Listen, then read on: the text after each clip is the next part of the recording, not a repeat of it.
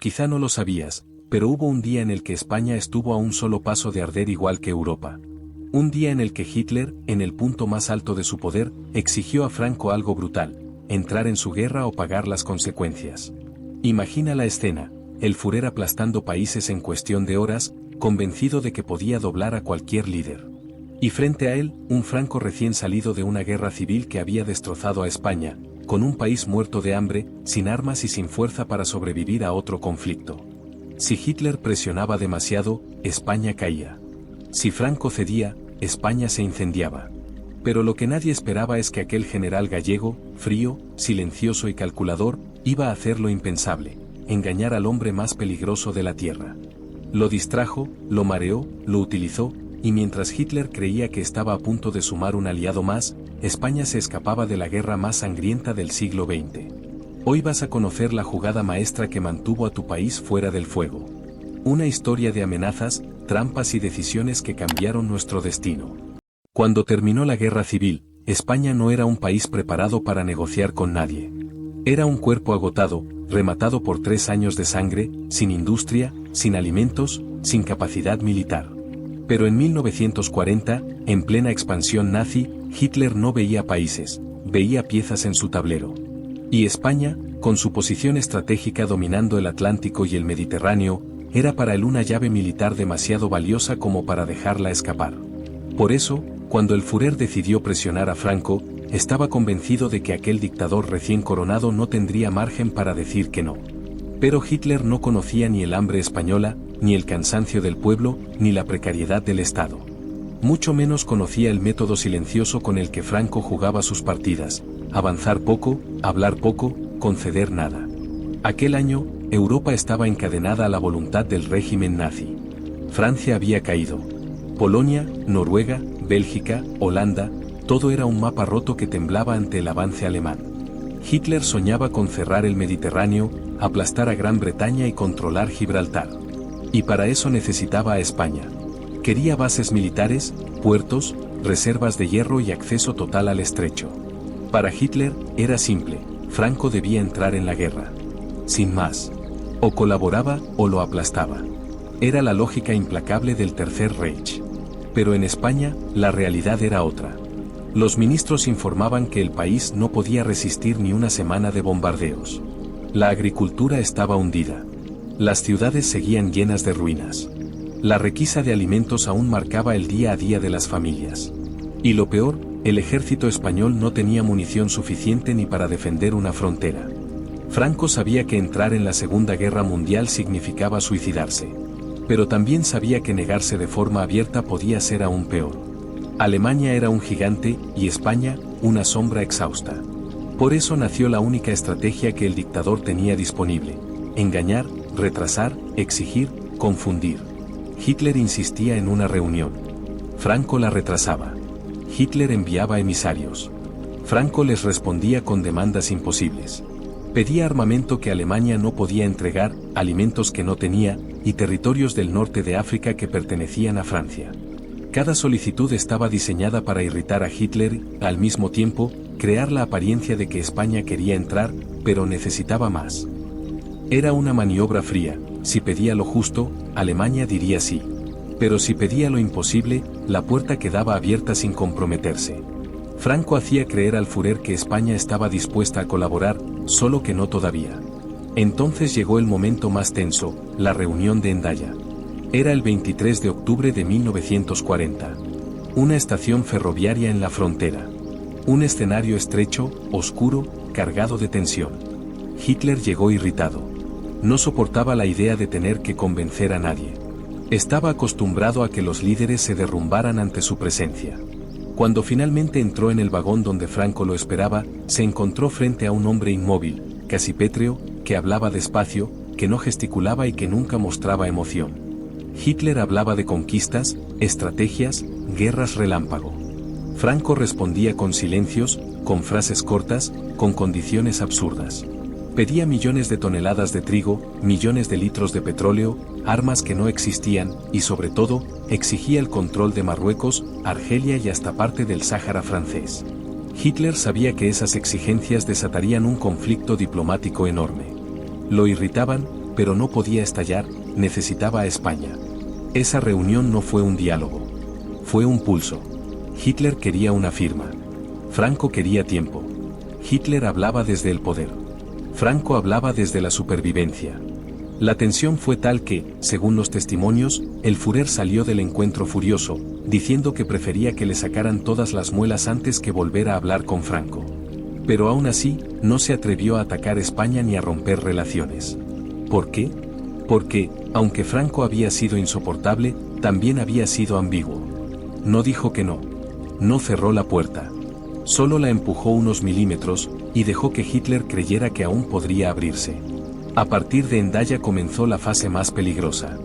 Hitler, frustrado, intentó imponer presión económica y diplomática sobre España. Alemania necesitaba tungsteno, un mineral clave para endurecer el acero de su maquinaria militar. España lo tenía. Hitler lo quería. Y Franco usó ese recurso como un escudo y como un arma.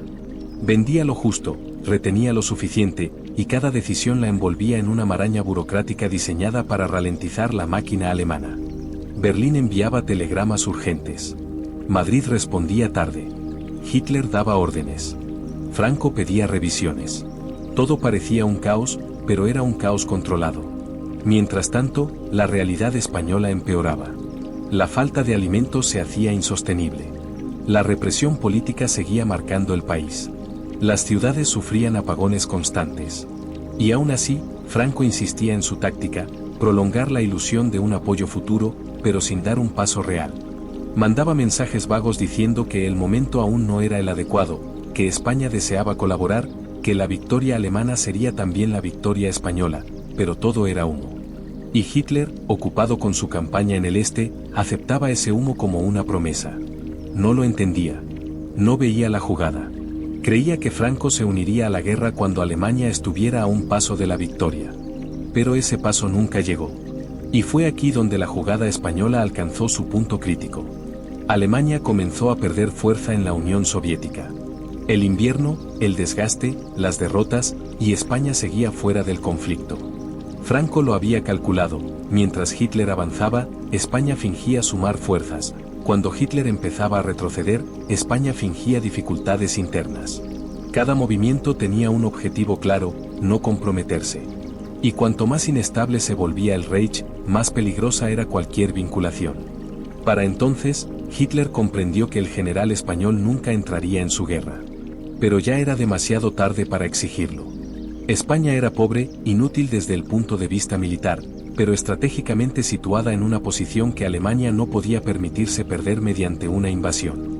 Hitler necesitaba estabilidad en la frontera sur mientras luchaba contra la URSS. Y por eso tragó su orgullo, aceptó las excusas y mantuvo una relación diplomática que odiaba. Lo que España consiguió durante esos meses fue único, mantenerse fuera del mayor conflicto de la historia sin provocar la furia de una potencia imparable. Fue una cuerda floja tan fina que cualquier movimiento mal calculado habría hundido al país. Y aún así, Franco logró sostenerla. Pero la historia no termina aquí. Porque mientras Hitler se desesperaba con las promesas incumplidas de España, algo aún más inesperado ocurrió dentro del propio régimen alemán. Un giro silencioso que dejaría al dictador nazi completamente ciego ante la jugada final de Franco. Y eso cambia todo. Mientras Hitler seguía creyendo que Franco acabaría uniéndose tarde o temprano a su guerra, algo empezó a fracturarse dentro del propio corazón del Tercer Reich. Era un detalle silencioso, invisible para la mayoría, pero decisivo para la jugada española. Alemania, que parecía invencible, empezó a mostrar debilidades que hasta entonces estaban ocultas bajo su propaganda. Desgaste industrial, problemas logísticos, tensiones internas, luchas por el control de los recursos, disputas entre generales. Y en medio de ese caos emergente, Franco supo fortalecer su papel no desde la fuerza, sino desde la necesidad. Hitler ya no veía a España como un aliado potencial, sino como una pieza que no podía permitirse perder, porque perderla significaba abrirse otra herida en un cuerpo que ya empezaba a desangrarse lentamente. Ese cambio silencioso fue el terreno perfecto para el último movimiento, transformar la posición de España de aliado futuro a neutral imprescindible. Fue aquí cuando el engaño se volvió estrategia diplomática. Hitler esperaba obediencia, pero Franco empezó a vender estabilidad. Berlín pedía compromiso militar, pero Madrid ofrecía información, contactos, y sobre todo, una promesa vaga: España estaría cuando la guerra llegara a su desenlace. En otras palabras, colaboraría, siempre en un futuro que nunca llegaba. Ese futuro infinito era el arma definitiva. Mientras tanto, en Europa, la marea cambiaba. La invasión de la Unión Soviética se convirtió en un monstruo que devoraba soldados, recursos y confianza. Los trenes alemanes ya no avanzaban con la seguridad triunfal del primer año. El invierno ruso castigó a un ejército que creía que la guerra sería rápida. Y cuando llegaron las derrotas en Stalingrado y Kursk, el mito de la invencibilidad nazi se rompió para siempre. España observaba todo a distancia, jugando el único papel que podía permitirse: sobrevivir. Aún así, había un problema enorme que amenazaba con derribar toda la estrategia: la tensión entre la propaganda franquista y la diplomacia real. Mientras Franco fingía neutralidad ante el mundo, dentro del país impulsaba un discurso abiertamente pro-alemán. Se enviaron voluntarios a combatir junto a los nazis en la División Azul. Se permitió el tránsito de agentes alemanes por territorio español. Se celebraban los avances del Reich en la prensa. Ese doble juego era arriesgado. Si Hitler percibía tibieza, podía presionar con violencia. Si los aliados veían demasiada simpatía, podían incluir a España en su lista de enemigos. Fue un equilibrio letal.